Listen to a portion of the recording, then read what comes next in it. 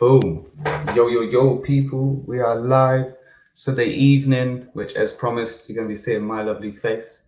Hope everyone's feeling good. See you've got in the chat. Sorry. Got Smoggy. What's up, man? Hope you're doing good. Crow as well. It's a shame we couldn't see you yesterday, man. Hopefully we'll see you at the next event. Definitely. Charlie, what's up, man? Hope you're doing good. Visual. You should be boarding that plane about now, I think. But great performance last night, man. Great performance. We're going to get into that today. Tonight we are. Grazza, what's up, man? Evening Shaggers. How you doing? Skomo. Whew. We are going to be talking about you today, my friend. We are going to be talking about you today.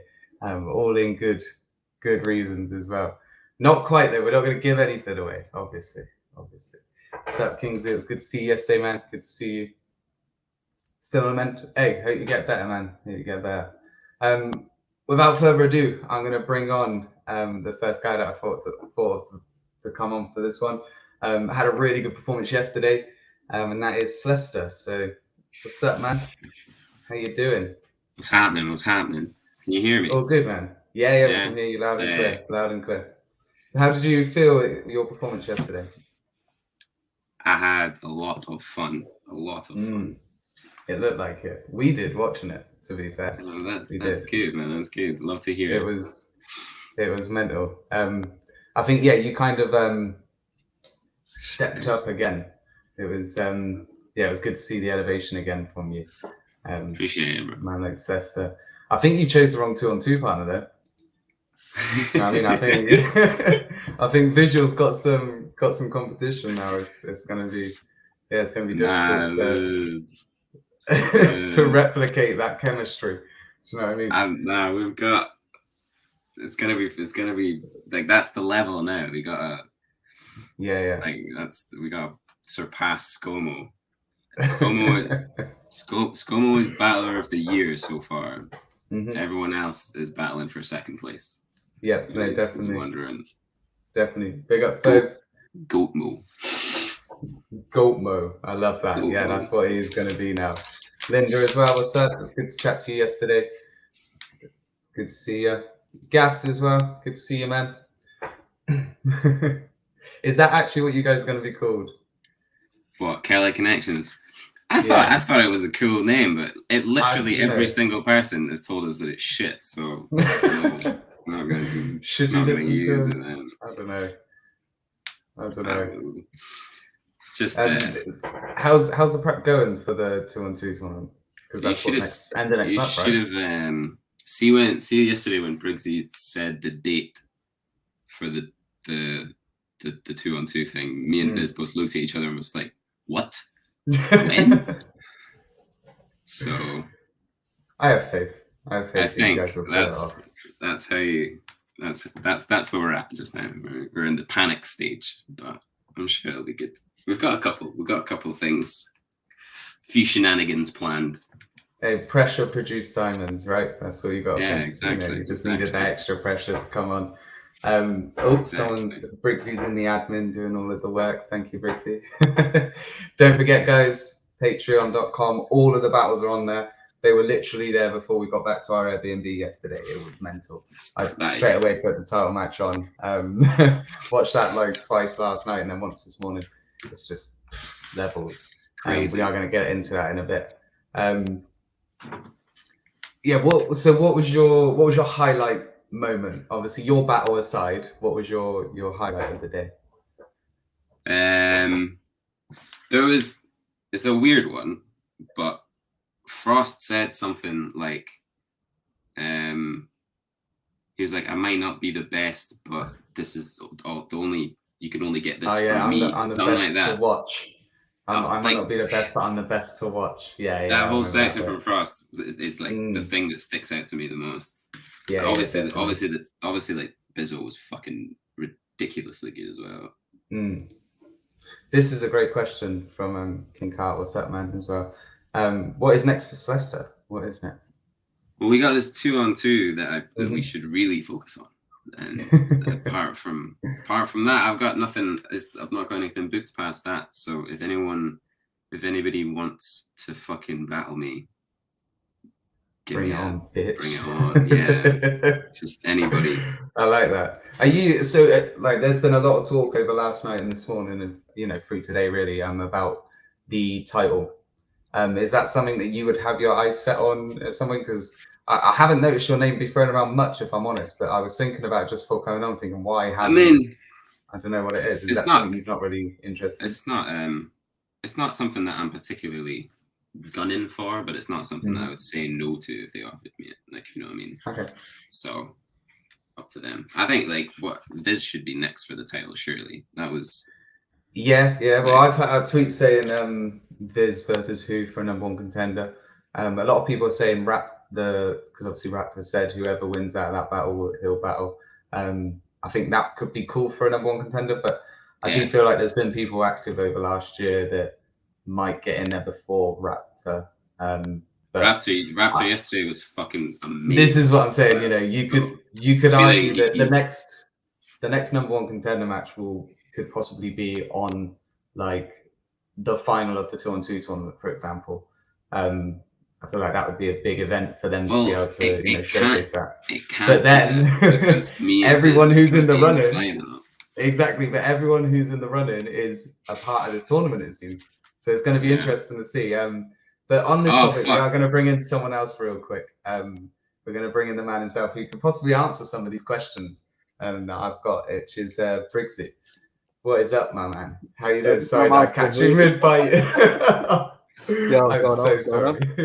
Hi, you good? How you doing? Yeah, not too bad, mate. Tired, but getting there. Yeah, I bet, man. I bet. You need to get some rest, really, but we move forward. Mate, it's the first time in a long time I've not had to write or prep bars. Nice. You feel free. Oh, mate, I'm just going to sit and play FIFA for about 2 months now. Yeah. So what we was just talking about, like, the 2-on-2 tournament. Yeah. Is that going to be then moving forward to a 2-on-2 title? Yeah, the winners of the tournament get the 2-on-2 belts. Okay, cool. So they'll get 2-on-2 belts, and then they'll get an international 2-on-2 team like Loso and A-Rod or some whoever we can get and bring over. Okay. So yeah, I like that. Okay, so absolutely. Let's get back to that. How did you feel the event went?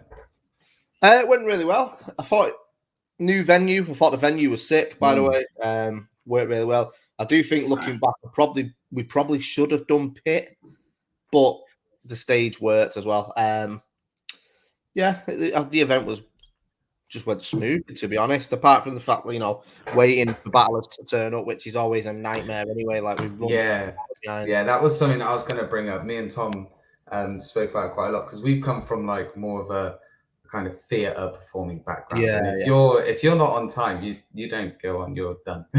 Not done as in forever, But no, I think is there some sort of penalty we can put in place or something? These are.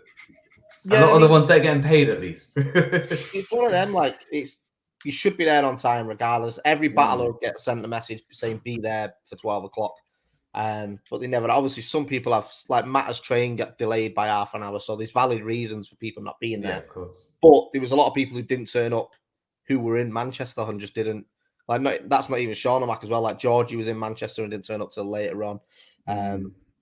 But yeah, it's just one of the things we need to start getting to venues on time because we were scheduled to start the event at 1:45, but we didn't start till nearly 1:45. That's one thing that we did, like that Tom, as like a new fan, something that he's taken away from the few events. He said like the starting time is always later than would be expected. But everyone always jokes and says battle rap time, The worrying something that needs to be looked at. The worrying thing is we had 3 1-rounders. If there was 3 3-rounders yesterday, we might not finish the event. But that's part of what it is. From that, like we've said this for a while after Absolute, every big card we are going to start contracting everyone who's booked is contracted. Not only for that reason, but obviously the amount of dropouts we're getting at the minute. Slow shit that goes on behind the scene. But yeah, that's just part of being more professional and running like a business. If people want bigger venues, bigger shows, and bigger fees, then we need to start running like a business, and that's just part of it. So, I think being more cutthroat as like maybe like a company. Unfortunately, it's the worst thing really that you would have to do in it, but sometimes it's called for. Unfortunately, if Slester could get to the venue from Scotland before 90% of the card who live in Manchester, right? Yeah, no, and of course, you know, being late and stuff is one thing, but like. I see Shauno just in the chat, you know, saying, you know, that's fine. Obviously, you know, everyone has reasons. It's just, yeah, there needs to be some sort of urgency on the battlers, because even sometimes, like I've been at an event where the battlers are being called to the stage, and you're waiting like 3-4 minutes before that battler's onto the stage, and it's just like, come on, man, we're here to see you. You know, as a fan, it can be a bit shit sometimes. It's a nightmare as a promoter. Like we get to a point where you've got this is the last 2 cards we've had as well. We've had half the card there, so we can't. The only full battle we had there at the start of the day was the title match. We can't put that on first. So you just sat waiting around forever. That's what I mean. Like the first people that we seen when we got there yesterday was like Gas and Robin was outside with a few people, but was Koj. And then I was like, oh, cool. So everyone must be already. And then I got in, like half the card wasn't there just yet. And I was like, okay, that's cool. It happens. Yeah. You know, it's hard as promoters as well to keep going on the mic. We're starting in 10 minutes. We're starting in 10 minutes because we're being told, you know, I'm 10 minutes away. And by the way, Sean, this isn't aimed at you because you wasn't the only one that was like, but it's just what happens. You know, we get told, I'm round the corner. So you jump on the mic, yo, we're starting in 10 minutes, and then 10 minutes later, you're like, yo, where is everyone? Like, no one's here.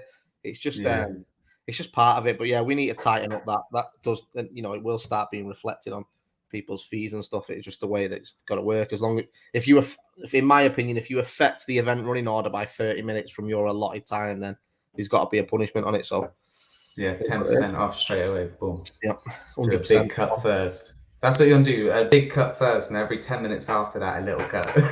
Yeah, if you've got accommodation, you can cancel the room and not tell you after you sleep. Yeah, that battler's just turned up sweating, like panting, not even be able to get the material because they've ran from the train station. But now, once everyone did turn up, we got the event done, and the event was sick. Like it just went down perfectly. So yeah, definitely, man, definitely. Yeah, from a fan's point of view, the venue was sick. I think it's been probably one of my favorite venues, like looking wise. Yeah, the drinks seemed to be quite reasonably priced as well. The people in the pub didn't seem to be too bothered from all of us. You know, like all of us, that it can get a little bit rowdy and stuff, I guess. But yeah, everyone was all right. It was a nice venue, I hope. Because I was talking to Bobby Rex, and he said that that's not been used before by anyone yet, has it? It's a new venue. No, yeah, it's an established venue in Manchester, but never battle rap. I got recommended it by a friend who does he books like Wu-Tang Clan and all that shit. So he's recommended it before. So yeah, shouts to the Bread Shed for coming through. We're potentially looking at doing Apex there now. So nice. Yeah, I like that.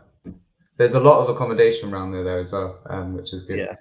Folks, we were front and center through most of those battles. I loved it because that was the one thing that annoyed me at Apex was we were at the front in the middle of every battle, apart from the main event where we was on the side, just on the other side of the pillar, and I was looking at Yanis' ass for most of the round whenever it was like Shuffle and Marley because that's the side he was on. He just crouched down right in front of me. Just cheers. You didn't need to stare. To be fair, like yeah. Well, hey, it was mesmerizing, all right. That's why I've got him to win the academy now, just because of that ass. Hey Tom. Hey Tom. Tom can't get on tonight, unfortunately, but he is in the comments. So everyone hates Tom. What's up? No, it's good to know people like the venue because, I think between Bread Shed and Rebellion, we've pretty much got the locations in Manchester sorted now. Yeah, definitely. Stroh's had a bit. We're gonna get into that, Stroh. Don't worry, we are. We're gonna get into it. But before we do, I think we need to all just take a moment and introduce this guy properly. The last guest that I'm going to bring on tonight, the formidable, really at the moment. I don't see him losing, and he's just been going from strength to strength. He's our champion. I was trying to do it so well. He is our champion, defending as well for the first time. He's just matched the undefeated streak as well. It is none other than Bizzo Bond. What is up? What is up, champ? How are you feeling? How are we? I'm good, man. I'm good. How you feeling? You tired? Tired, yeah, good though, but very tired. Yeah, Yeah, man. We was talking just before, obviously, we went live. You said you didn't really stay out late after. No, I watched the Tyson Fury fight, and then I just had a complete zap of energy, and then had to go to bed immediately because I was fucked. I was gone by about 12 o'clock. No, it definitely happens. Well, yeah, feeling good, man. A lot of people are going to be asking about the next title contender. Who do you think, if you had to just pick somebody out now, who would you say? Don't know. There's a lot of names going around, isn't there? I think there's a lot. I think personally, I think that there's quite a few heads that still need to get one or two more wins before we can put them into.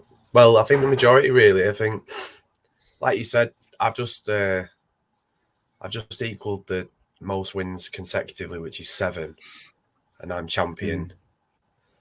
And I think I wouldn't even know who the next one is. The next one down must be like 2 or 3 maybe. So yeah, I don't know. I think we need to just keep this competitiveness going.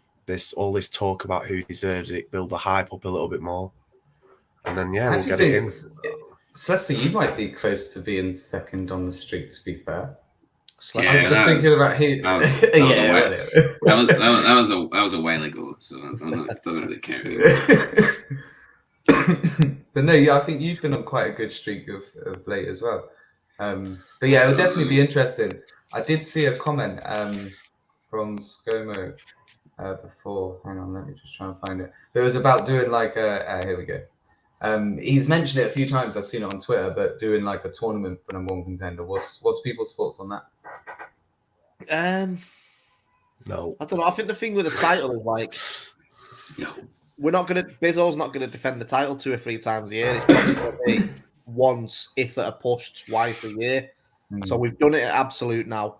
The title probably won't be defended again now till Absolute 2 next year now, because of the way the year's falling with the Anarchy tournament. The other events we've got, Apex, Bizzo's already pretty much locked in for someone on that. So there's no real place to put it. So it's pretty much open season. Is it? These old, like Raptor wants it. I know Bobby wants it. Rivers wants it. Quill even put a tweet out. These guys have got to start getting active to be in contention next year. You know what I mean? Yeah, that's what I want from it as well. That's what I want.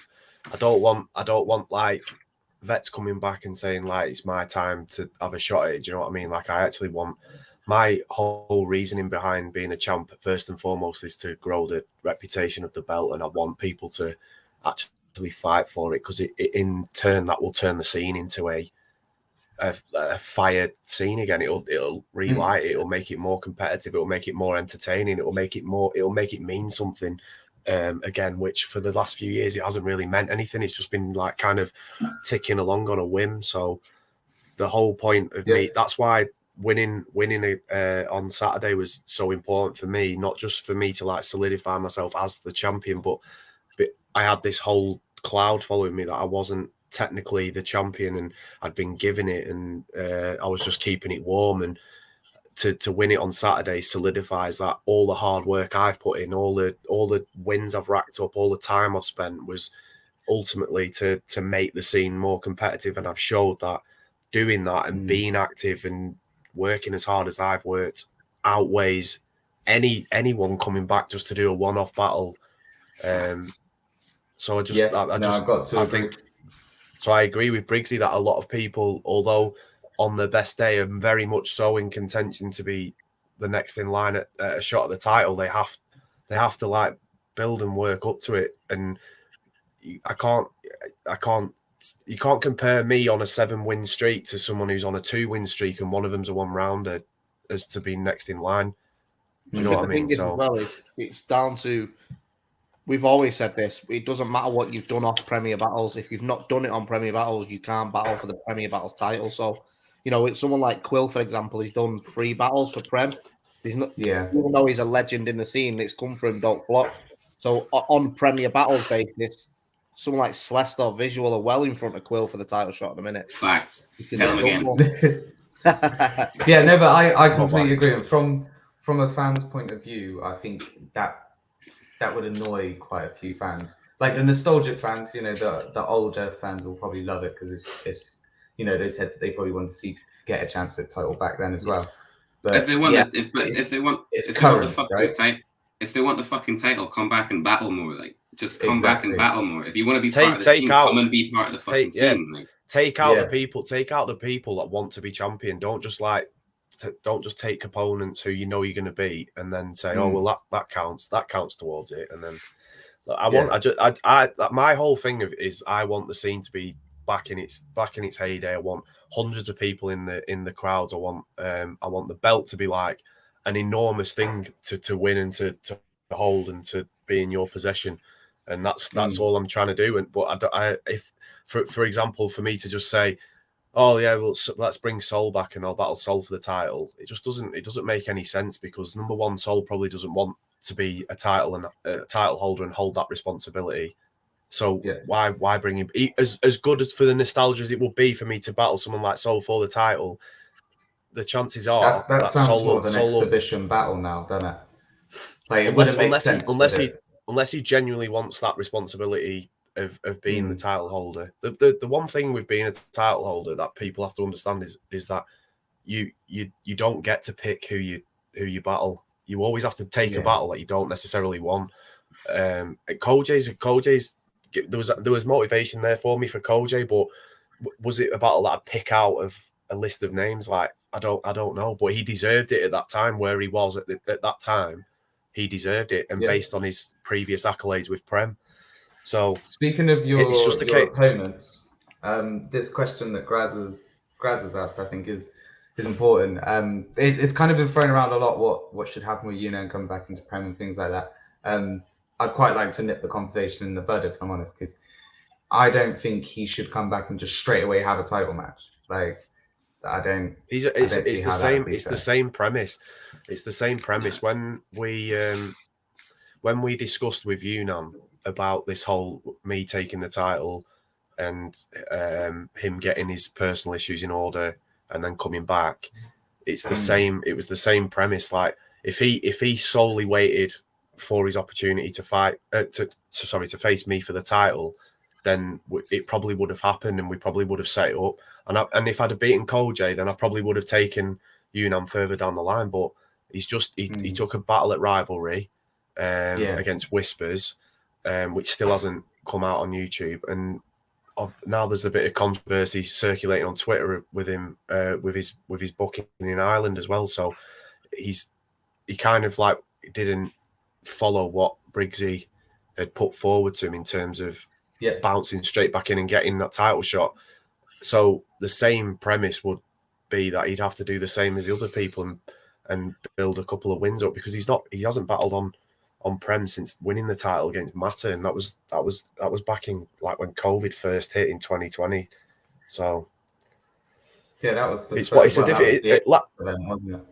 The first big don't get me wrong, me versus Unan will be fire. I've got 3 rounds for Unan that I could do now, but it's just the case that it's just the battles have to make sense. They have to make sense for the battlers. They have to make sense for the league, and they have to make sense for the fans as well.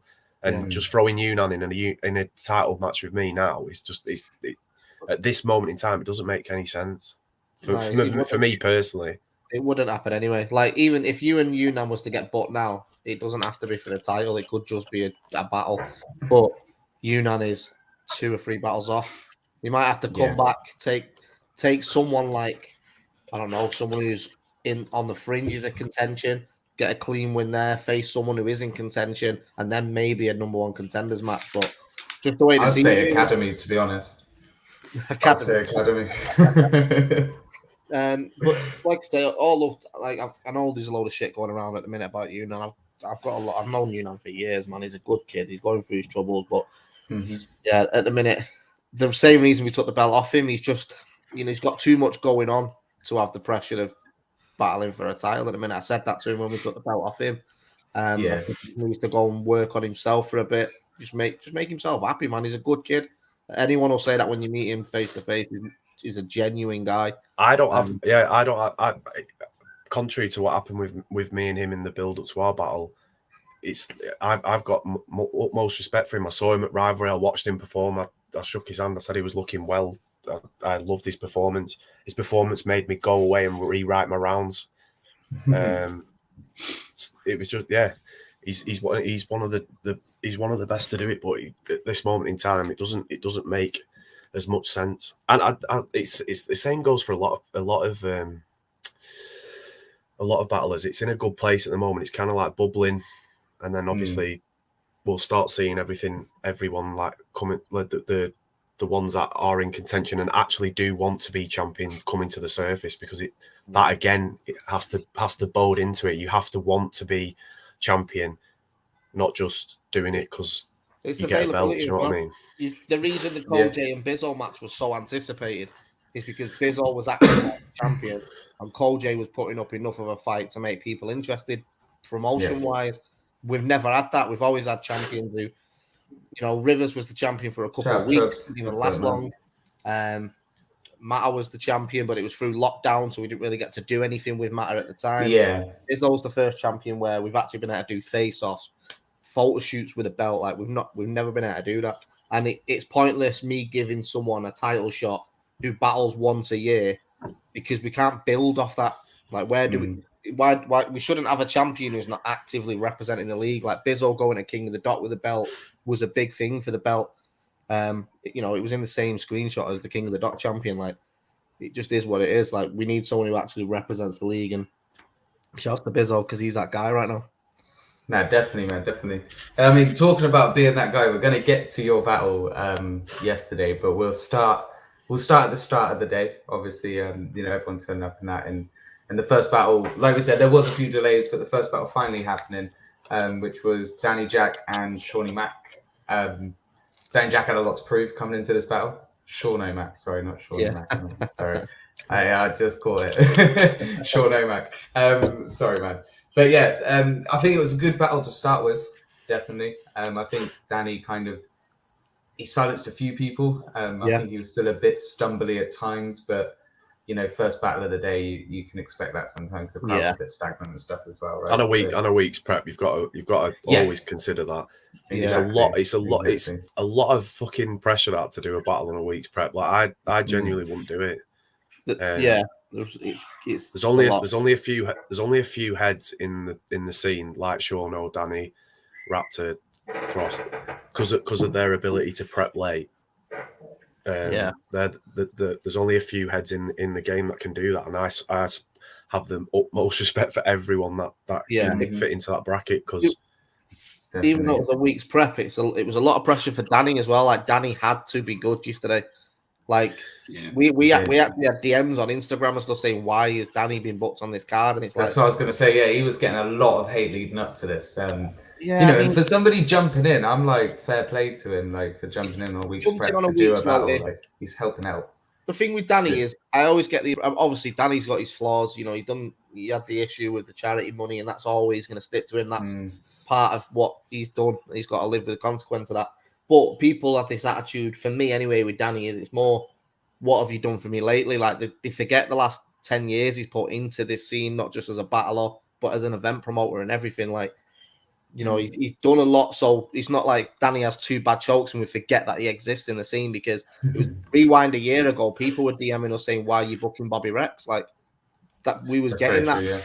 True, when we booked New Jersey Twerk and Bobby Rex, the amount of hate we was getting off that is like, you can't just write people off because they're on a bad string of battles and the kids are both beating each other up 1 minute. Dad life. You gotta love it. What was your guys' thoughts on the first battle? You was both in the building for the first battle, right? I enjoyed it, man. Sorry. I was glad to see Sean O'Mac back. He's fucking so Sean. I want Sean O'Mac good. more. Yeah. When he's on point like he was yesterday, he's such a good addition to the scene, man. I genuinely didn't have him taking that approach. I thought he would like more clown on it as opposed to just completely go at him. So it surprised me a bit. But when Shorno's prepped like that, he's so hard to beat. Like so hard to beat. I don't think anyone on a one rounder would have absolutely cleared Shorno yesterday. I think he would have been very hard to beat yesterday on that. Yeah. His riding ability is fantastic, man. I think he's great. That white lanes matter more bar was that was fire. Bob's the same. I think the thing with Shorno is like he's a bit similar to Frost, whereas he's full of character. Like that's quite lacking in the scene at the minute. Like, you know, that's pun at you two, by the way. Yeah, both of you two. Bad, that is. You always have people go the comedians or the punchliners or the angle guys. But character is a massive thing. Like, you know, Frost might have a bar that's not really that greatly written, but the way he delivers it to a crowd is fire. It makes you buy into the whole package of what Frost is. Shorno's got that to him. Even with all the beans and the fucking going down the river on a fucking donut, like you're interested in what Shorno does. But it's I good think to see Frost versus Shorno. Frost versus Shorno. Frost versus Shorno is a fireball. Yeah, that would be a really nice battle. I'd like that. I think that would work really well as like a main event on Undisclosed, actually. Yeah. Yeah, good to have Shorno back, man. I've always been a fan of Shorno Mac. He's just not been on If Shorno's watching this, Shorno, stick around, lad. Stick around. He is in the chat. He is. He is. That's your tool, man. Stick around. I like seeing your cards, bro. That's what I'm seeing in the comments. A lot of people saying, you know, stick around. So you've got to do it, man. You've got to give the people what they want. Danny was good yesterday. Like, despite what people say, Danny was good. He had a couple of stumbly moments, but he was funny. Got his bars off, and it was a good battle, man. But I don't think anyone really, on like Bizzo just said on 1 week's prep, was going to beat that Shorno Mac. He just executed the angle perfectly. Like, I feel like I don't think anyone else is going to do that angle that well anymore. That works in done, you know. That works in favour for Danny as well because it was executed so well that moving forward to take that approach might not necessarily be the right thing to do. So it was a win-win really for Danny in that sense. But he's got a lot of respect back from his Matter performance by taking that battle on a week's notice and performing like he did. So yeah, man, salute to them both. It was a good battle to kick off the event. Yeah, I agree. I do agree. I feel like he's gonna get that angle forever though. He's gonna get that angle. Yeah, definitely. He will, but that's me just wishing. It'll slowly get worse and worse and worse. Like it's like one of them drug addict. Yeah, it's one of them where eventually it'll just be like, oh, here we fucking go. The fucking. Sort of like I feel like because he's done it that well now, like it will be like that quicker, you know.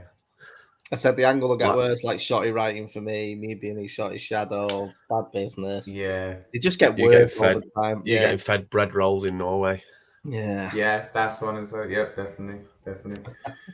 What's up, Trumpet, in the chat? What's up, man? Thank you for all the updates and everything you was doing yesterday. Brilliant, man. So next battle up was I was a bit surprised actually this was next battle up, which was Raptor and Frost. Yeah. For me, this was battle of the night. At least definitely for the one rounders. If I had to pick like one for the one round and then one for the 3 rounders, I'm not 100% sure. But we'll get through that tonight, obviously. But yeah, definitely, I think this is in contention for performance of the night. I'm not sure. Battle of the night, sorry. I'm not sure what you guys think. Well, and performance of the night from Raptor, I think it could possibly, at least round of the night, right? Raptor was fucking crazy. Raptor was good, yeah. He was fire. I mean, first I had to give performance of the night to Bizzo quite comfortable over everyone. Thought Visual had a great performance. Slester had a great performance. I missed. I will get to Slester's battle anyway, but I missed it in the room because I was going through my material. But yeah, Raptor's round at the start was weird though. Like he was firing off punchlines, but it was like he just didn't get a reaction until I think it was until he just started screaming. He woke them up though. Yeah. Yeah. Do you know what? Like we was at the front. It was awkward sometimes for us because there was moments when I was like, yeah, but then I was the only one, and everyone else was like, and I was like, I'll do that again though. But we was just, I got like little bruise on my hand from that grate at the front because I was slapping. Like it was there. By you. That was us. I hope you enjoyed it. I hope everyone's got a fucking headache. But yeah, I think, exactly. Linda's just put in the chat. He was telling us off, and it did. He woke the crowd up. So I think He it gave was the crowd a blessing and bollocking mid-round. It was amazing. I think it was a blessing and a curse to put him on that early. Do you know what I mean? Well, Raptor requested to go on second. He usually does. Raptor, he likes to get his battles done and dusted, and then he just enjoys the party. But yeah, like when he battled Red Flag at Apex, he was on second. Like it's just something he likes doing.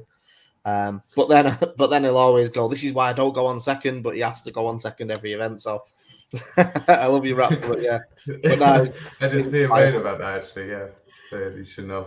But yeah, I think like a lot of people have been saying about Frost being in contention for the title. How, like, obviously people are saying because he lost he shouldn't be, right? But I think you can lose a battle without losing stock. I don't think he lost out on anything by losing to Frost Raptor hasn't lost stock, but he can't. He's away off the title yet. If I'm being totally honest. No, I think this is another thing. This is another thing. I think if you're losing battles, you can't be a title holder. Well, you can't be in contention to go for a title. It doesn't make any sense. You don't see a boxer lose 3 fights in a row and then they stick him in for a world title shot. It doesn't make any sense. The thing with Frost is brilliant. I love Frost, and he takes very difficult battles. He's taken very difficult battles. Like his Yan one was brilliant. Yan, he could have gone from like Yan to someone else in a similar kind of bracket, but he chose to really level up and go for Koj. And Koj did beat him quite convincingly on the day, unfortunately. And then from that, he's got the opportunity to battle Raptor, which is an opportunity that you don't necessarily turn down. But there is that repercussion that if you get beat, it does like put you back a little bit in terms of a competitive edge where you if going for a title is what you wanted to do, then you probably would think twice about taking Raptor on a week's notice unless you were ultimately confident you were going to beat him. The thing is with Frost is like you say, his stock, even though he might have lost to Raptor and Koj, his stock has doubled in size because of it. And it's not because of the loss, it's the performance. Like his next battle now is CJA, who's an international that's just battled Mike P, King J Bulls, Fate. Like he's on a run in America at the minute. So for Frost to get that builds his international audience as well. So if he ever does want to go for the title, he's probably 5 or 6 wins off going for the title. But that doesn't mean Frost wouldn't be he's working his way onto them big card battles now anyway, where it's not a one, it's not a 1 week prep. It's Frost, do you want to battle so and so on Apex, for example? Yeah, like he's been promoted on that card rather than a replacement or a the thing is, bro, some people don't want the title as well. Like you can headline events without going for the belt. Yeah, there's loads of battles. I think it is a separate thing, really. It's like there's more than just. It's more than just like standing on a stage holding a belt, like. And I think if we go back to it, I personally, and I'm sure Briggz does as well, wants this title to be like the holy grail. Like if you get hold of this, you're literally like the best in the UK right now. Like you aren't getting beat by anyone. Like you're not losing battles. Like to give it to someone who's got like loads of defeats, but we've given it him because he's like a great battler. But statistically, he's lost a lot of battles. It doesn't make any sense because it knocks the prestige of the belt down. So like you said, if Frost wins 4 or 5 battles in a row, then then he's right up there. Same with anyone. If anyone wins 4 or 5 battles in a row and isn't getting beat, even if you have like 1 defeat in there and you've got like 6 wins, 1 loss or whatever, that you're up there. You're in contention. Do you know what I mean? It needs to be. The belt needs to be a prestigious thing. It needs to be like someone who's literally grafted and really, really put work in and really, really wants to be champion, not just like for a couple of photos and that. Like they have to want to be the champion of the whole league. I think it's what they said in the face-off, Georgie and Visual, the difference between their kind of take on their battle that was coming out. Like Georgie was talking about as long as he does well, he doesn't lose.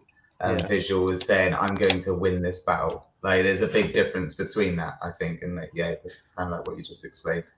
Yeah, which one out of the two do you think wants to be a title holder? Yeah, exactly. Visual more than Georgie, definitely. Which he does. Georgie's got his own little path that he wants to go on, and little path, big path, whatever. Yeah, I don't mean to be. what you've who's in the building as well, though, is people who deserve a title shot. It's never really us that puts that out there. It's usually the fans, where it's pretty much overwhelming to the point we go, right, that's who they want to like. people were asking more and more and more for Cole J to get a title shot when he had the Georgie battle.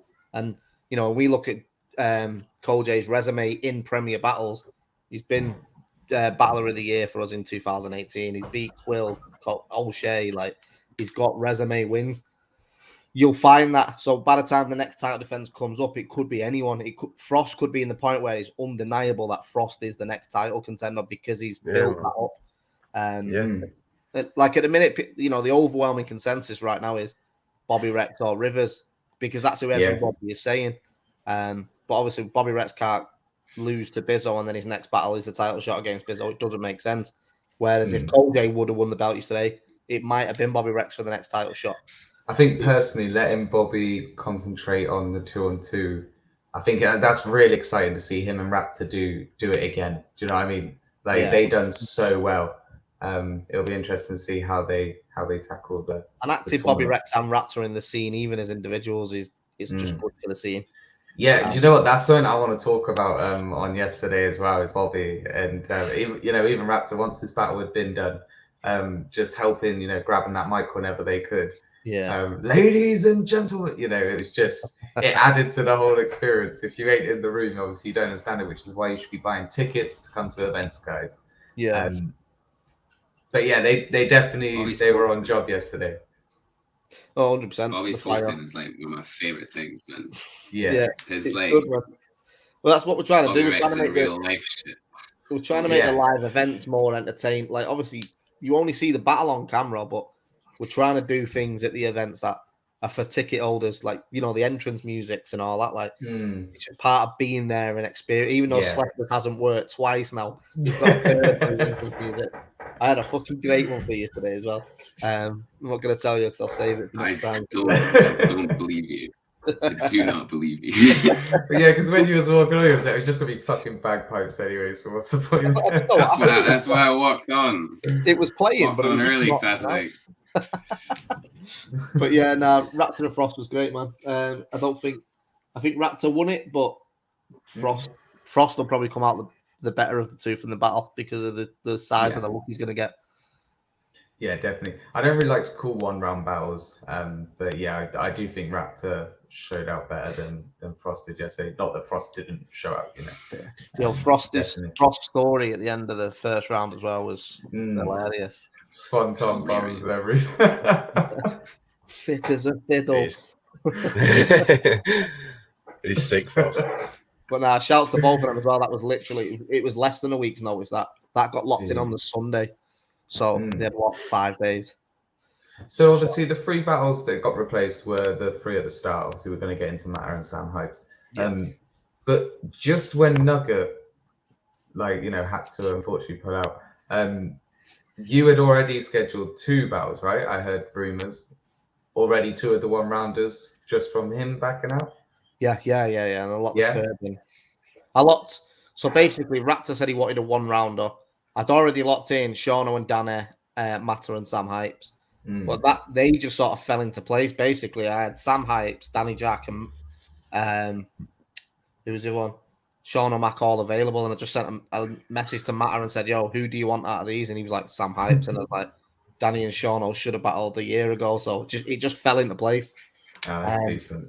But then, we had the full flyer done for the announcement. And then Raptor messaged me on the Saturday night, I think it was, just saying I'll battle Frost. And then it was locked in at like 2 a.m. So shouts to Raptor for doing it as well. It's got to be hard writing for 2 battles and then prepping fresh material.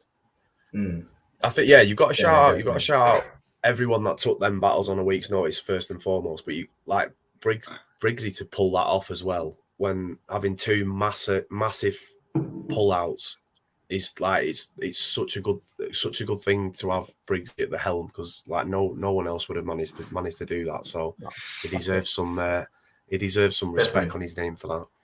No, definitely. Not for his battle, but for everything else. Definitely, does it magic? I was talking with Tom earlier, and he was saying you've got to say something to him. So that was the something. We'll get into my battle when it comes to it. Oh, we will. Right, we will. Come on, next one. Who was up next? It was Sam Hypes and Matter. I've already seen one. One comment. Matter, That guy is fucking hilarious. He needs to get into stand up as well and do it all. Yeah, Like, shouts to Matter as well, man. Surely he does it already. Right. Yeah, shouts to Matter for even giving Sam Hypes has been on a graft. He's earned that battle, but for Matter to pick him out of a list as well is like it just shows people are watching what you're doing. But yeah, I thought Sam Hypes was really good as well. He had a really solid first round. Matter was just Matter though, when he was just clever. Yeah, it was hilarious. Yeah, I don't feel like we've seen that Matter like, in a while. Yeah, I feel like Matter's hit like a new level in terms of his style. Like he's hit his comedy's walk, like just leveled up. Era. Yeah. It's like he's listened to what everyone said. It's like he's listened to what everyone said and laughed at and stuff, and he's gone, right, I'm just gonna fucking do all of this now. And it's hilarious. Like the imagination in some of his bars are just mad. Like the way how to come up with some of the stuff he was saying is just insane. And he's and again, a great person to have in the scene because he's a nice lad. He's hilarious, and he offers another dimension to like the entertainment on the day. Like I had friends who'd never been to battle raps before, and they said like he was hilarious, and that and he's crazy, man. Like that what Linda's just put there, the William Hills Have Eyes. I was fucking in tears laughing at that. I spat water over Bloodstro when he did that. I took a big gulp of water, and then when he said it, I couldn't hold it in and just split it all over the back of Stroll's head. I think Matter would be somebody that I would say is in contention for like Hall of Fame battler as well. He's okay, yeah. He's been everywhere and done every kind of battle, right? Has he done non-beat battle? Pretty sure. He done Raptor, didn't he? Yeah, that was it. Words of Weapons. Yeah, that was a sick battle as well. Actually, I might have to watch that. Yeah, Matter's a legend, man. Yeah, no, definitely. What sort of year have you got in sights for Sam Hypes? I was quite interested with that because I agree with what you said. He deserves these bigger plates. Is there not obviously any announcements, but is he got things in the pipeline that you're looking at? He's on All the Smoke with Jester Black next. Of course. That's a battle they both sort of was interested in doing, so we lock that in. And then Sam's one of them. Like he's not going to go anywhere. So as long as he keeps putting in performances, like I think in his last few months he's been on Apex, he's been on Absolute. He was meant to be on the Rebuild. So he's been on all our big cards, but that's just purely down to the fact he's grafted for us. Even when we've needed it, we've had dropouts like yesterday. He's always the first to drop me a message going, if you need someone, I'm there. So, he's always clean, man. No matter how many days before the event, he's always clean. So big. And on the battlers that I'll always see, he'll find a corner in the room and you'll just see him just going through his material looking like a madman talking to himself. Like I've seen it, quite a few people were doing it yesterday, but he is just somebody that I always notice doing it because he'll do it wherever he is. Like he's just comfortable to do it. I can't do that. Do you think the Whispers battle will be rearranged? No, never. No. That's a shame. I would like to assume what Sam would have done with the Whispers. Unless no lose chat bucket, but it'll never happen on Bloody Well. No, I think that's fair. That's probably sensible. But I think it would have been interesting to see what Sam done with him. Especially after all the controversy and everything. Sam's quite good at picking angles like that. Yeah. So we went into a bit of a break after this battle, I think. Right? Yeah, we did, One thing that I love about the events is the breaks as well, though, because outside, Bobby was telling me, Roxy and Tom about how he's not a violent person because he got beat up just before Apex, I think it was, he was telling us.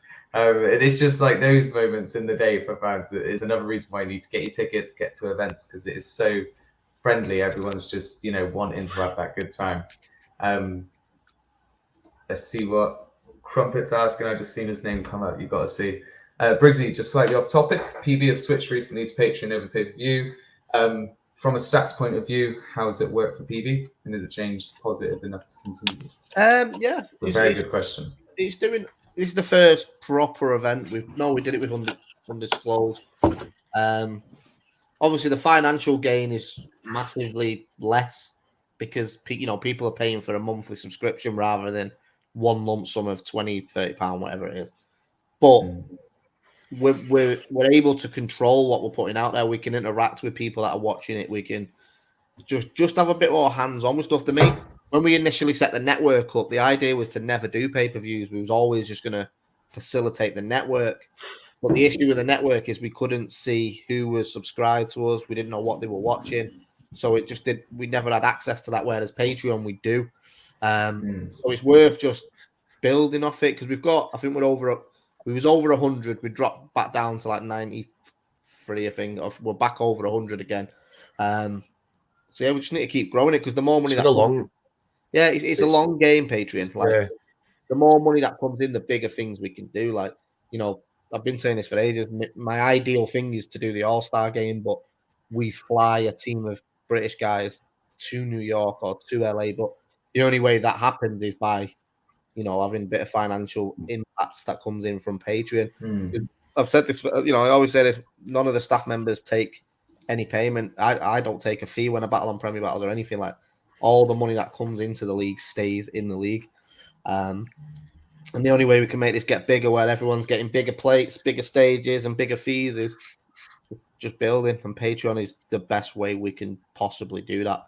And it's good to see as well. Like we can see behind the scenes how many times people are watching what battle on the. So, for example, Absolute, I know who's watched what battle and how many times they've watched it and things like that. So it's good for us to see as well because you can sort of see who people are actually engaging with. Because obviously you had a bit of a angle, obviously saying, obviously I'm not sure how much of it is true, but about the money that Moke's battles made you. Is that actually something you can figure out and be able to actually see because of Patreon? No, not because of Patreon. That's just on YouTube. I can see, literally see how much revenue every battler has ever made. Okay, cool. I thought that was an interesting angle that you took as well, because obviously that's something that you have access to that other people can't.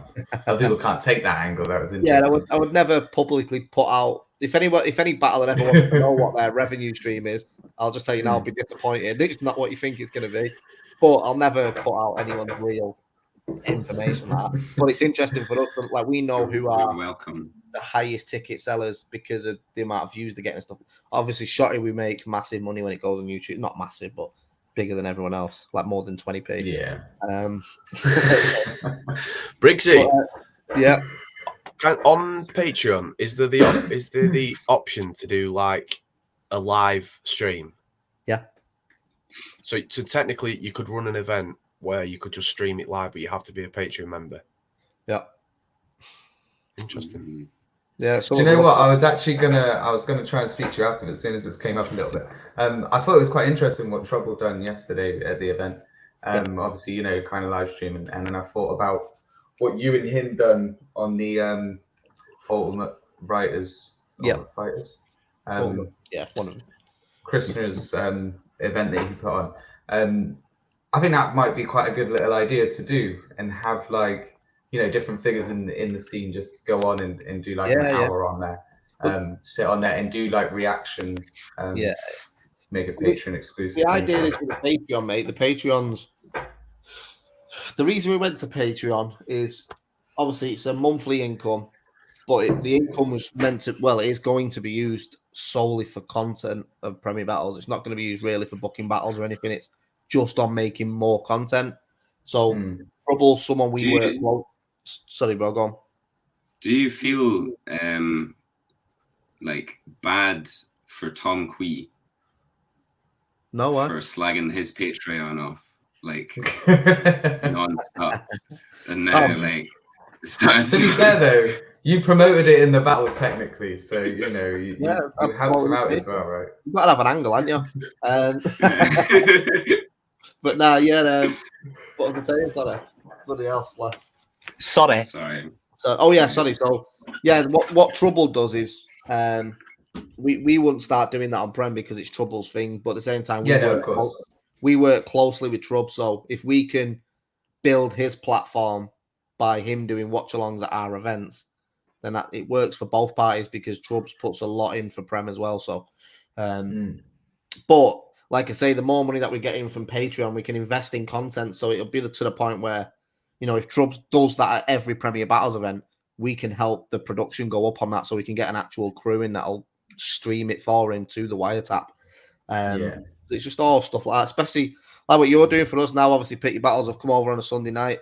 The bigger this gets, the more we can do with it. We can get people in, like, if big internationals that want to come on and talk battle rap, we can do that because we'll have access to it. That's all the Patreon's for, really. We've got a couple documentary ideas. It's just to keep content coming out based around, but not just battle rap, but the community and the battlers. Everyone's got a story, haven't they? So yeah, it's all looking good. But any ideas people have got how we can make live events better? Let's do it. And yeah, definitely. Anyone with any ideas, put them in the chat. Let us know. We can have a little chat about them and that. The next battle then of today, yesterday, sorry, was the man himself, Slester versus Tech, right? That's the next one. Yeah, I missed this battle in the room, man, because I was going through my shit. Featuring Skoma, obviously. Goat. How was you feeling leading up to this one, Sless? How was your prep and everything? Was you feeling confident? Because you looked really confident. Literally, as soon as Skoma said he could come, I was like, doesn't matter. It doesn't matter what else I do in this battle. That's gonna be the biggest reaction of the day. It's gonna be fucking sick.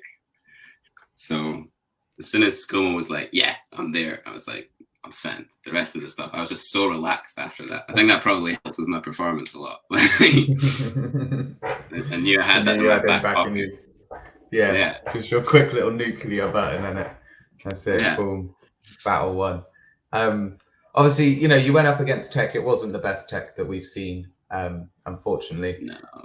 As a battler, how does that make you feel about the battle? Like, I mean, I would have preferred if it was like the best Tech possible, to be honest.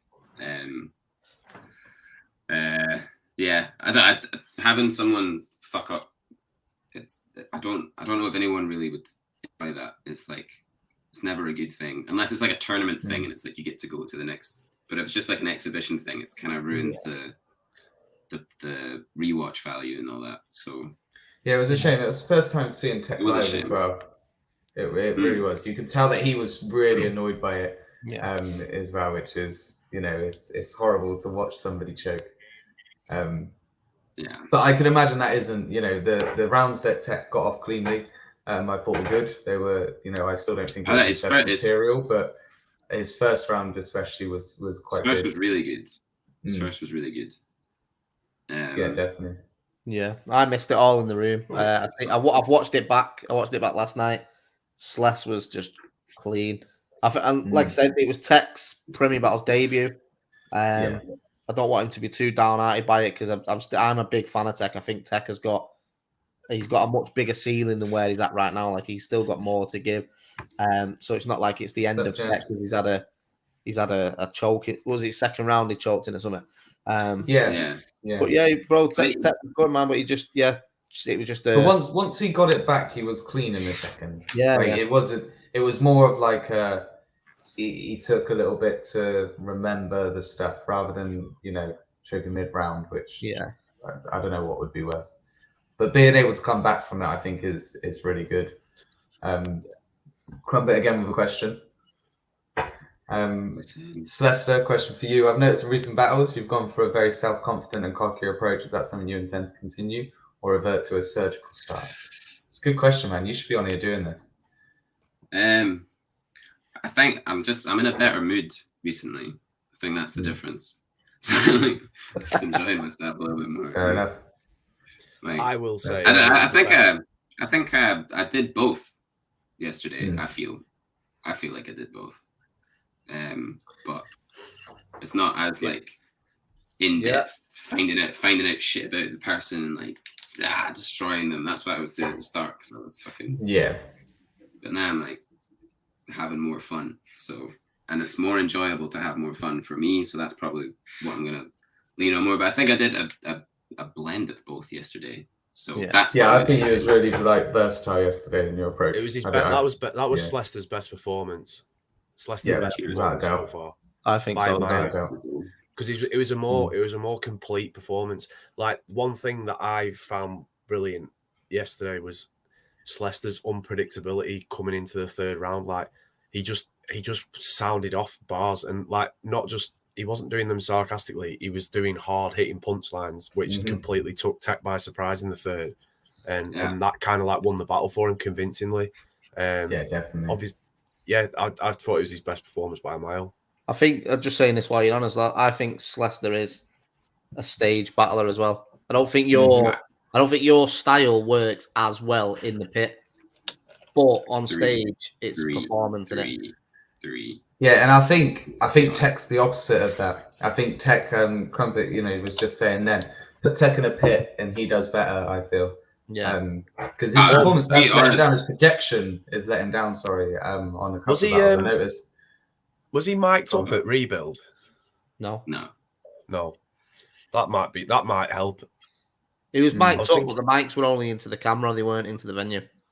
But I noticed as well, like when he battled Tally, he cut one of his rounds. But it looked like he cut one of his rounds short because he had run out of breath.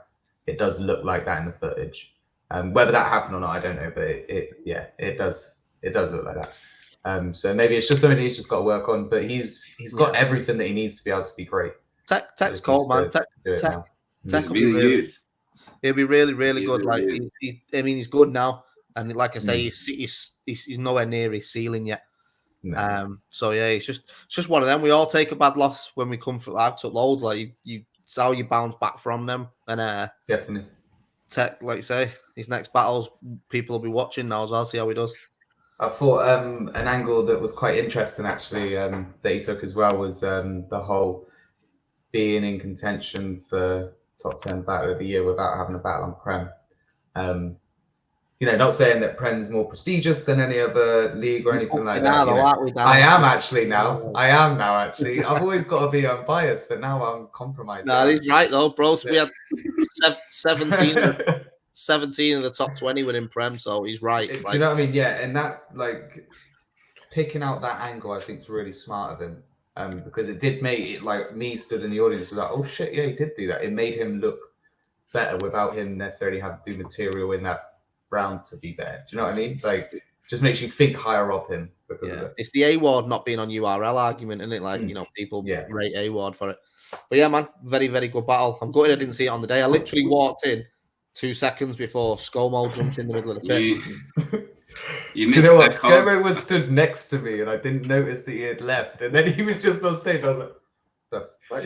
See, but, oh my God. Before the battle, he was like standing there next to you and I just pointed at him. I was like, on the stage, let's go, let's do this. And he was just, yeah, cool, let's go. He was so buzzing. Shout out to ScoMo. Absolute hero. I love how he is at like for battle rap. Do you know what I mean? Like the love that he's got for battle rap is what I love. Just talking to him, you just start getting all giddy about battle rap yourself. It's just brilliant. And he did well on the big stage as well. Like, arguably one of the bars of the day. Arguably one of the bars of the day. With the hand as well. Like it was just everything about that moment. Yeah, it was just it was just brilliant. When he jumped on stage and he was just like that, I was just like,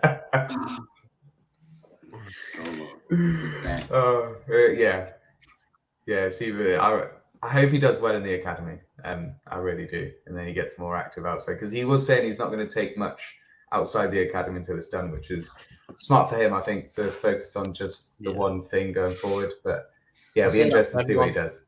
I say that you used to have both been in the academy. I always say that, like, I'll never tell a battler where they should and shouldn't battle, but I always say if you're in a tournament, prioritize the tournament because the prize pot's bigger than what you're going to get by doing random individual ones. Yeah, no, definitely.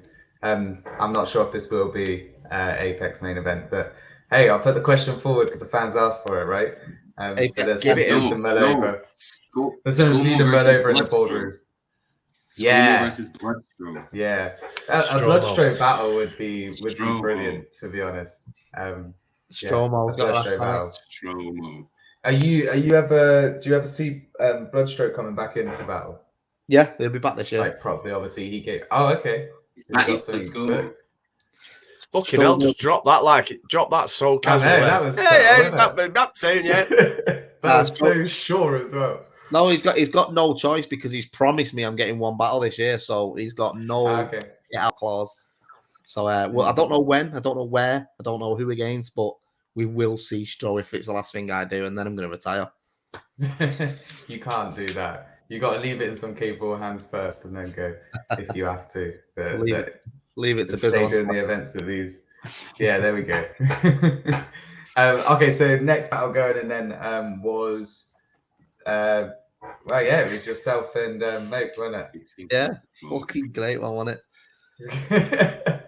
No, you didn't. You weren't terrible, obviously. You know, it was. An I mean, that's not a nice thing. You weren't terrible. Yeah, I don't know where this. I don't know where this. I don't know where. I thought first two rounds were good. I thought it was a good battle, man. The first two rounds were like close. I'll be honest. Like, I've watched it back since, and it's a lot better on the watch back than I remember on the day. But obviously, when you're in the battle, it just felt like, I don't know, it just felt like I was getting no reaction on anything. I don't know why, I don't know what it was, whether it was the material or I wasn't projecting enough, I don't know. But yeah, it was a tough crowd. It was a bit of a tough crowd. The crowd was quite tough all day. It felt like the row at the front and the row behind that were really active all day. But it was like, once you got behind that, I don't know whether it was because we had quite a lot of new faces there that had never been and didn't really get the etiquette in battle rap, or I don't know what it was, but yeah, I just wasn't getting any reaction. But I'm not taking nothing away from Moke. Moke was good, apart from he had a 7-minute round. The fucking prick, where did that come from? But nah, yeah, see that was one thing that I noticed on the day. Like, that was an incredibly long first round, like an incredible in comparison to Briggsy's. And the thing is, when it's a good round, it's just so hard to debate against you losing the round. But it's not any fault of Briggsy, because Briggsy's stuck to the limit, whereas Moke went considerably over it. So it's a bit of a grey area within his 3 rounds. I genuinely thought like he might have thought it was a 1-rounder. Like that's what I was going through in my head at one point. I thought he's doing like a 1-round performance here. Like I thought he was going to end it and then try and shake Briggsy's hand and just be like, yeah, cheers. But it was very very long. I think the thing is as well, like, I'm not going to start making excuses and all that. I probably shouldn't have took the Moke battle, but Moke, that's probably, I'm not just saying it because he was against me, it's probably one of the probably my favourite performance I've seen from Moke as well. Like, he mixed up material. I was saying before the battle, like, as much as I like Moke, I've always thought he was quite one-dimensional, but he was mixing up jokes, he was angling a little bit, which I've not seen him do before. Moke's just fire. Very good, but he's usually set up, punchline, set up, punchline, which is quite, it's a format a lot of battlers use. But yeah, yesterday he was his third round doing the whole getting punched in the chin. Like, it was just, that was brilliant. He said when you do burpees, they're hiccups. That's fucking hilarious. Mate, he was really good. There was, this weird talk about your own battle, but a few things, that I've heard. There was a couple angles that I've heard over and over again for years. But there was some new ones. The Las Vegas shit as well. I had a flip in my head, but because I didn't know my third round as well as I wanted, I was like, I'm not trying. The whole like going to Las Vegas to be there, like we've shot a whole documentary for Bizzo going over there. Like I didn't go over there. What was the punch? The only time you've been in someone else in another bag is sorting out Bizzo's luggage or something. Carry on. And that is actually true. It was like an 8-bar. It was like an 8-bar scheme about only having one international, and I've had about 7 now. Like it was just, but that's one of the things when you're against someone, you pick up on all this shit. But he beat me. I'm not even asked. Like, it's good for Prem. He was very good, man. Yeah, mate. I'm not asked about losing to that. Like because you don't lose technically, When I battled Joker Star, bro, even though I won the battle, I came away disappointed. Like, I came away yesterday disappointed that I'd lost, but I'd been in a good battle. Like, it just was what it was. Just a shame I was a bit sticky in my third, but I said at the same time, I said a couple of days before it, like, I've took a risky approach. With a crowd that was really engaged in comedy and that yesterday, it might have gone different, but it just I think as well what you said before about the crowd being quite a new crowd. I think a lot of people in the crowd might not have known who Black T is. Yeah. Do you know what I mean? So when you kind of drop that punchline of it, like I found it quite funny, like obviously because I know the situation, I know that they're entering a 2-on-2 team and things like that. Obviously being ABK as well, but I think there were people in the crowd that wouldn't make that connection. But yeah, I think the angle you was going for was great. I just think the execution of it could have been better, personally. Bizzo, I was voice noting Bizzo like 3 days before it, going, I don't know if this is gonna work. I found it fucking hilarious. Like I was laughing out loud listening to it on a voice note, and I thought this is gonna be class.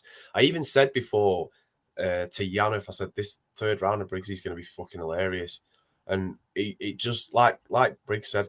It's a strange one. The crowds at the events at the moment, just in general, aren't anywhere near like the high energy level that we once had, which is a very difficult thing to like put your finger on why that is. It's one of the things we're having to work on to try and get them in the building and get everyone lively in that. And to an extent, there was a lot of reaction in some of the battles for certain bars and things like that. But yeah, it was a strange one. Do you think everyone's just got older? Everyone's just like, yeah. I don't know what it's. We can't forget as well. We've had 2 years where we've not been in rooms. Like it might just be simply a process, because Apex with Scapegoats, the crowd was fucking electric all day. Like, after you battled Moke there, the crowd was in, like, they were just going off at everything. And it happens. I think the venue as well. Like, that's Koji's hit it on the edge. I think that's spot on. If that crowd was in a smaller room, then it would have been like a little bit more atmospheric. You know what I mean? Yeah, I think the thing is as well, like the obviously I won't say anything, but the original reason we booked the Bread Shed was, we had Joey and Rivers on there, and we had a headline that was booked, locked in, ready to go. Like if we would have announced that, it was selling out within a couple of days, the event. But that didn't pan out. Bizzo and Koj absolutely put in the work and got it to the point where it was a well-established main event. We probably maybe should have done a pit, but I still think there's now. I think we was even talking about it halfway through the event. A couple of us got together and was like, do we transition to the pit? But we just decided to ride it out. But they're just things you live and learn by. Like I did think that if we were mic'd up going into the crowd, but obviously I know it's not worth it with the size of the crowd there was, but I do think that would have improved it slightly. I did get quite a few people saying that they couldn't hear an awful lot when they stood back. So I don't know if that's something to take away. Someone's just put it in the chat actually as well. I think the thing is as well is like, we sold. I think we sold. It was like 142 tickets or something we sold for that event, but there wasn't 142 people there. Like people just buy tickets and don't come sometimes.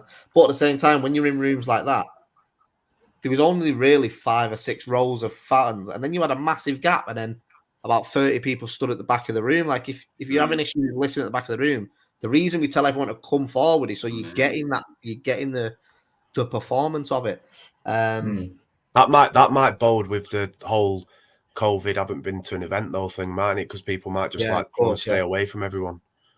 So it's a work in progress, isn't it? We're back to live events now, and it's just going to build from there. Like as you said, Apex was great. We had this that was a big venue that last night. I think you could have fit a lot more people in there than you can fit in Rebellion. Would it have gone down better in Rebellion? Who knows? But it doesn't. It's just all part and parcel of it, isn't it? At the end of the day, so yeah, it's some battles as well. Like Sean O'Mac was getting massive reactions at all event. Yeah. Even Moke was getting big reactions. Bizzo was getting big reactions. Like Koj's first was getting fucking mental noise. It's just the battles. I've just seen Crow say it was the same at the last Undisclosed, but at that event, Koj and Frost was getting love. Me and Yannick was getting love. Like sometimes it's just the battles. Just Crow. Yeah. Oh shit, it was you and Crow, wasn't it? Like the crowd was a bit weird for you and Crow, but yeah, but 2 battles before that, it was live. So it's just, I think there's a load of elements to it as well. Like, I probably shouldn't have done a break before me and Moke, because the crowd probably would have been a bit more of a wake. But that was I couldn't not have done that because then we would have had to have a break before the title match. So we sort of took brunt of that. I actually think there should have been a break between the title match and Visual versus Georgie because it was judged. Because a lot of people were, no, exactly, and that was the reason. But a lot of people were asking about the result of Georgie and Visual as he was introducing the title match. You know what I mean? So it's a bit, it got a little bit choppy there. But I was wondering if you could answer this question, Briggs. No, because it's still on the table. I thought that would be the answer. I thought I'd be able to trick you into answering. Oh yeah, cheeky devil. We've got some big battles that fell through, but like Joey and, for example, Joey and Rivers is happening on Apex now. That is definitely booked in. Nugget and Raptor will still happen. I just don't know when yet. But yeah, it just is what it is. Like I can't. That's another Apex battle though, right? That makes sense on an Apex. Well, Raptor wants Visual now, doesn't he? Can't anyway because Visual's booked. Sorry, I'm fucking doing it again. Aren't I? Who's Visual booked against? I'm not saying yet. I almost had you on that one. I heard this on Patreon. If everyone signs up to Patreon, you'll be able to see all of the future battles for the whole year out already. So there's no reason to subscribe. Going on to the next battle then, we had Georgie Roots and Visual. Very big battle. There was a lot on the line going into this. What do you guys think? How did it live up to expectations? I was I don't know. This is another one. I don't know whether it was just lack of crowd reaction, I think. Because when I've watched the battle back today, and it was much better on the watch back than it was in the room. I thought Visual was fire. I thought Visual was just cutting. Georgie was good, but it felt like he was having too many dry spots throughout the whole battle. But when you watch it back, some of them dry spots, he's actually saying some fucking fire shit. It's just he's got no reaction on it. I think where he was struggling to get through some of his material. Well, it sounded like you run out of breath when you said that then. Oh shit. Wheezy. Fire shit. It felt like Georgie was battling the crowd a little bit. He was fighting to get him back on side a bit after, because he was a bit shaky in his first. I think, to be fair, he was a bit shaky in every round. They definitely weren't the best Georgie we've seen, which was a shame. I feel like that could have been battle of the year almost, right? I think the thing is as well, I've got loads of love for Georgia. Like he's a good guy and everything. He's fire as well. Like, but I don't want to be airing on one of the biggest events of the year on your Twitter like I'm still writing the night before. I just don't want to, especially when you co-main event in the card. Like, and these battles have been locked in since December, maybe. Yeah. So yeah, it is what it is. It's just disappointing when you see it. But like I say, Visual clearly won, in my opinion. I thought he took every round quite convincingly. Just is what it is. But someone's just said Georgie's had a tough schedule. But as I say, these battles were locked in back end of last year. So yeah, and it's not like everyone's held hostage and made to take every battle that's suggested. This was a big battle. Part of being a good battler is picking the right battles, right? I guess it was a big battle. I think this is first. Like Georgie's had Tony, he's had Koj, he's had loads of big names. Like, this is going back to his class, and that's the way we promoted it. Like, you can have all these big names, but when you battle in your own era, you want to be the best. The reason Gemini and Raptor both blew up was because they were battling each other. And that's what this battle could have been. It might be when it drops the foot, like I say, the footage is much better than it was in the room. But yeah, it just is what it is. Georgie's not going to damage Georgie massively, you know what I mean? If anything, really. If anything, it just pushes Visual a bit further. Which I think is good, because we were saying earlier, obviously, the difference between Visual and Georgie. I think Visual is somebody that would want to have that belt and want to have that accolade of being the best, whereas Georgie's quite happy to be that guy, going around, going on a plane, traveling, battling who he wants to battle, when he wants to battle them. I think Georgie's just got to start. He's done the legwork now. Just start picking battles that make sense. And when I say make sense, I'm not just saying take big names. Like, go and get some good wins. Like, you know, I've just literally watched the rap his full battle on beat, and he's reading off his phone in the third. Like, you know, George is meant to be one of our main guys, especially when he's going over to the States and stuff. Like, this is who we want representing the scene, and you've got to be. Look at Bizzo going to King of the Dot, flawless 3 rounds to the point. King of the Dot throwing their first major event in 2 years in Toronto, when they're already talking about bringing Bizzo back over for it. So we need that representation in the States for this scene over here to bubble again. And George is one of the leading faces in doing that at the minute. He's just, you know, if you go and watch Georgie and Archduke and then Georgie and Subrime after it and he's reading off his phone, it's like, you're not going to go and watch the third battle if you're new to it. No. But yeah, it is what it is. Georgie's fire, visual. I thought visual took every round. So will Visual be getting his battle with Raptor then? Is that something that will be? If they both want to do it, because obviously they could end up meeting in the Anarchy tournament, right? Yeah, be the final though, wouldn't it? Yeah, it would have to be final. Yeah, No. you know, if they both want to do it, they can do it. I'm not against it. I think it'd be a fire battle. Yeah, same, definitely. I think that would be a battle that would be interesting to see in the pit rather than on the stage. Yeah, it's a pit battle. 100%. It'll feel like a proper dogfight between them two, I feel. Yeah, I do want to start going back to pit events. I like stage, but there's something about the pit as well. Yeah, I think if there was 300 people there, fuck the pit. yeah, if you've got an event that's sold 200-300 tickets online, then you can know safely then that a stage is the right thing, really, can't you? Yeah, there's always Apex, and that is always going to be stage. I think the best like thing to do is a raised pit, right? That's like the best thing that you can get, but obviously not every venue can offer that. Yeah. But I think that's probably the best option you could go for is raised pit, like Ministry of Sound, right? When checkpoints and stuff, that was always really good. I actually don't know anywhere in Manchester that has a raised pit. Something to look at. We'll figure it out. But yeah, the big events are always going to be staged, but I do want to go back to doing more pit events. Like, all the smoke was sick because it was in a pit. Like, you know, Viz and Frankie worked in the pit. Froth and Jan worked in the pit. But yeah, it was good battle. Shouts to both of them as well. Like, you know. I didn't actually see it on the day. I need to watch it back. Yeah, I guess obviously you was getting ready for your battle coming up. Just before we do go on to the title match, Briggz, you were saying before about you kind of joked about on Twitter about giving yourself an international Apex. I just want to start the campaign of Briggz should get an international Apex. If you agree, let me off. Put it in the chat, guys. You know, let's get some suggestions of who Briggz can have. Sort of Stro or someone else can book it because he don't want to book it himself. So let me know in the chat. Whilst we go on to the title match, it was highly awaited for many reasons, really, but mainly just to see if, you know, Bizzo could keep it and show that he deserves it, I guess, as well, because obviously the way that it was passed over, which was not the way that he wanted it, but he did, in my opinion, took every single round. I didn't really see anyone arguing that fact. Did you guys have any other? Like, did you think Koji maybe took a round or anything?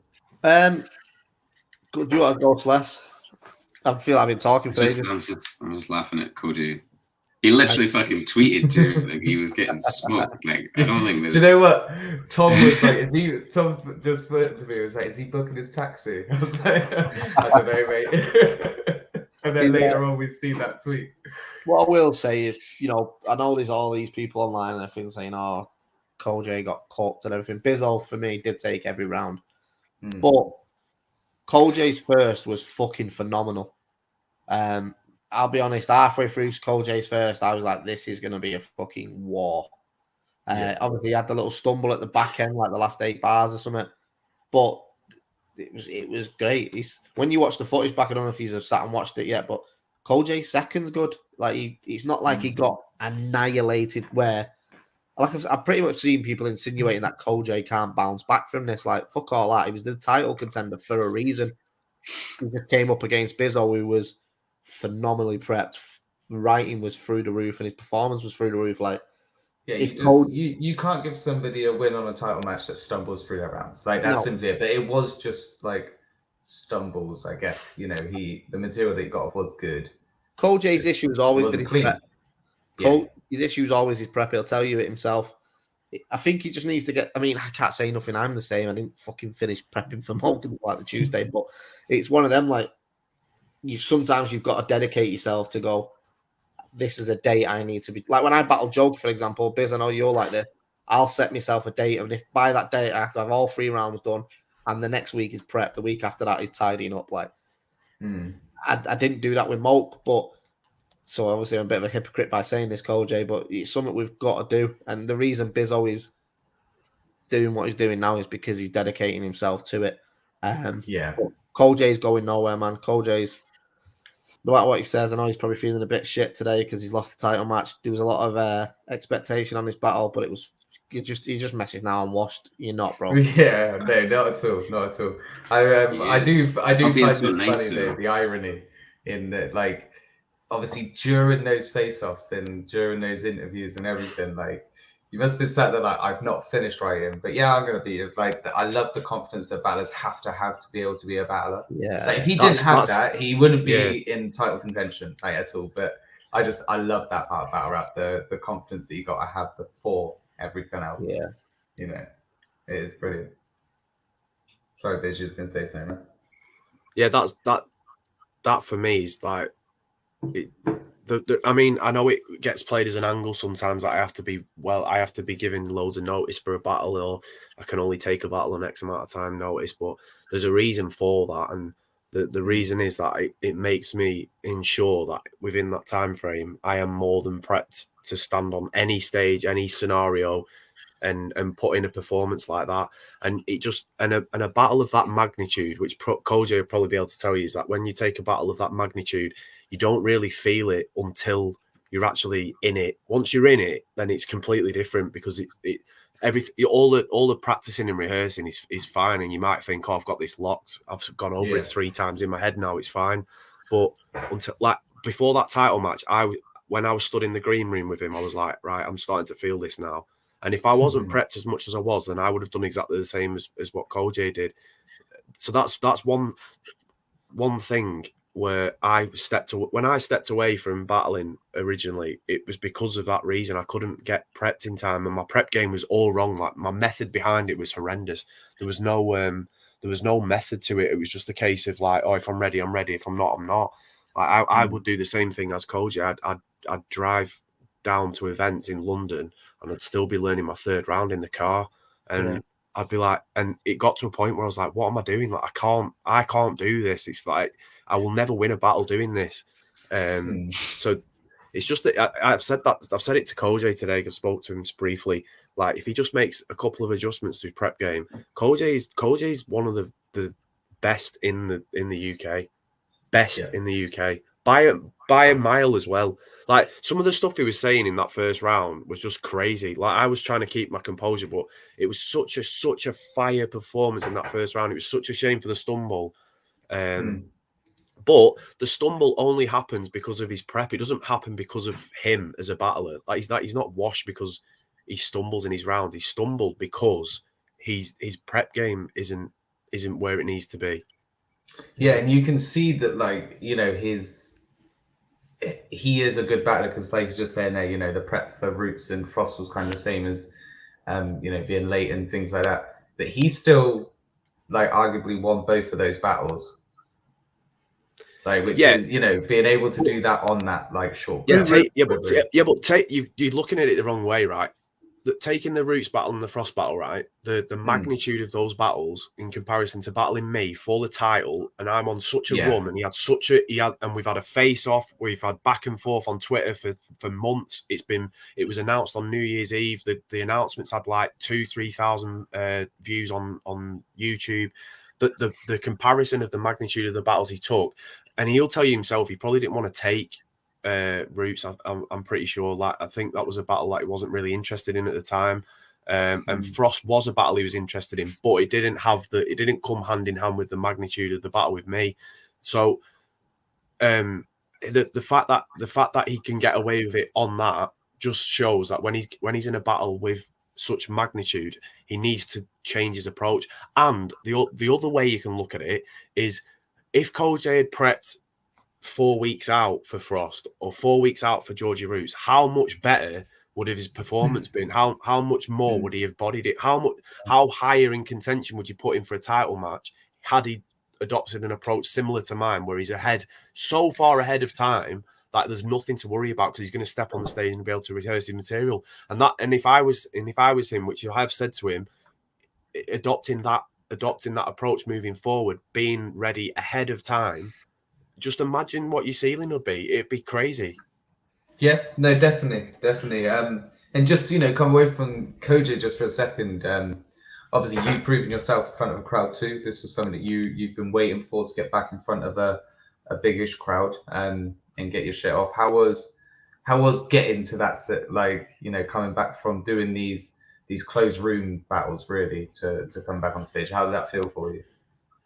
Yeah, it was fire, man. Like, for me, it was the battle was so far away, and it was just a case of, like, I was really, really wanting to battle in front of a crowd. That's one of the reasons why, after being given the title in December, I wanted to battle like ASAP to defend it. Like, I wasn't told to defend it. I could have waited until Apex to defend it if I wanted to, but I said to Briggz, I want to defend it straight away. I want to show that I'm worthy of it. Do you know what I mean? So it was a big thing for me to be on a stage. And obviously the King of the Dot battle came in midway through that as well, which wasn't in a crowd either.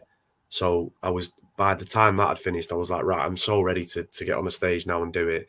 And obviously there was a narrative building. How will he do? How will he do on a stage? How will he do in front of a big crowd? And I was there to show that's what I'm there for. Yeah, definitely, man. And you did it. You did it. I think there wasn't one person in that room that wasn't giving you performance of the night, which was going to be my last couple of questions for you guys. Briggsy, first to you. Performance of the night, battle of the night.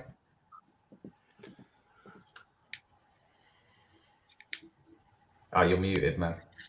You muted your helmet. Sorry, mate. I was doing a WhatsApp noise at the same time. I think, quite convincingly, I think Bizzo was performance of the night.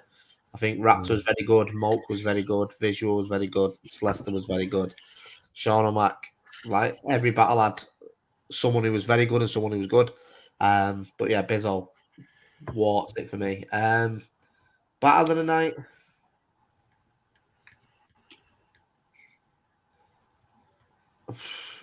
I don't really want to say the one rounder because it was good, but it felt like it took a minute to warm up. You know what? I'm going to say it. Fuck it. The title match. Even though people think Kojay got killed and all that, the first round, especially from both, was insane. I thought Kojay's second was very good, apart from the stumbles at the end. But yeah, it had two amazing rounds in my opinion, whereas Frost and Raptor, which I know everyone's going to say, had one amazing round because it was a one rounder. Yeah. Okay, cool. Slester, who do you think?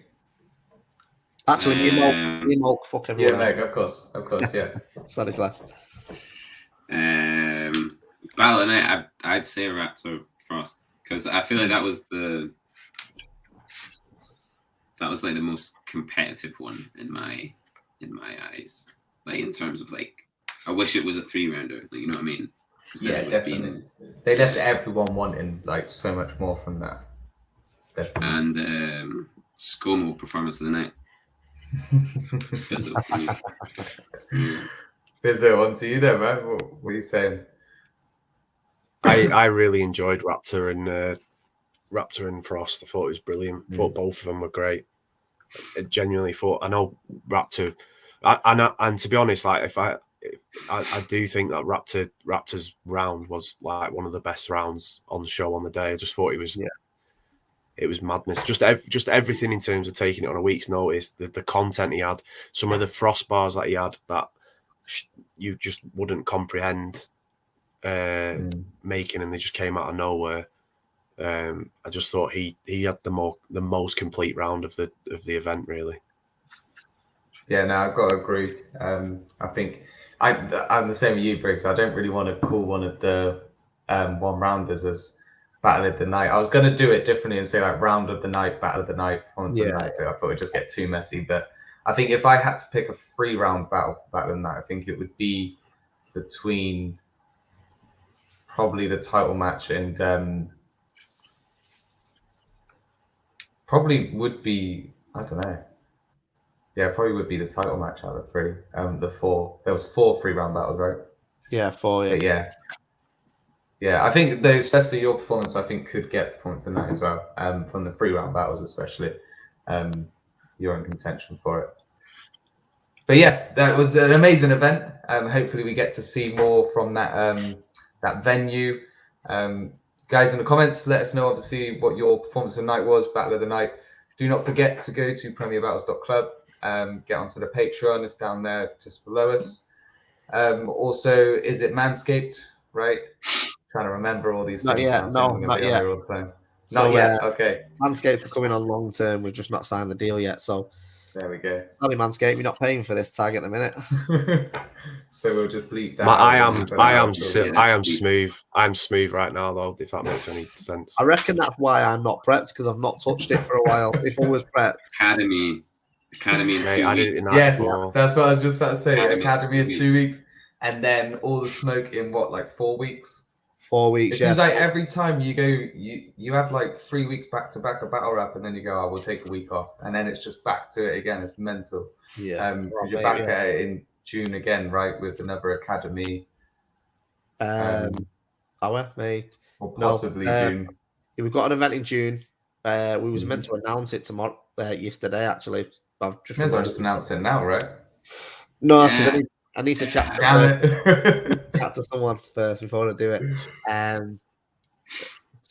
But we've got an event in June, 2 events in July.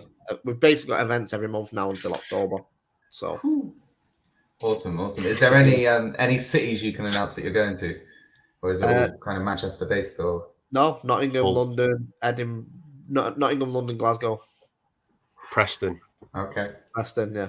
Preston. Will there be a Preston event now that Bizzo's champ? They do that in King of the Dot, don't they? The champ, they get an event in their like home state or whatever. I've heard the grind scene's really good there. Oh, shut up! Kick him off the chat now. If Bizzo wants an event in Preston, we'll do an event in Preston as long as it can guarantee enough people. It's a shorter drive for me for us coming up to Manchester, so I wouldn't mind. Preston's a little bit. Why? Where are you? Swindon, mate. Oh, nice. And on that note, I can tell you now, we won't be doing an event in Swindon. No, definitely not. Although I think no. Sorry, Rowan. I'm pretty sure though. Tony D was in Swindon once. You've been in Swindon as well, Briggsy, ain't you? You was in. You came out for a little nappy night with somebody. Who was it? Oh shit! Yeah. Because I messaged you because you was messaging asking like where to go out, and I was like, it's Wednesday, mate, in this town. There's nowhere to go out on a Friday or Saturday, let alone a fucking Wednesday. My mate was on tour and he did some club there. Oh, mate, yeah, fucking bad gaff that.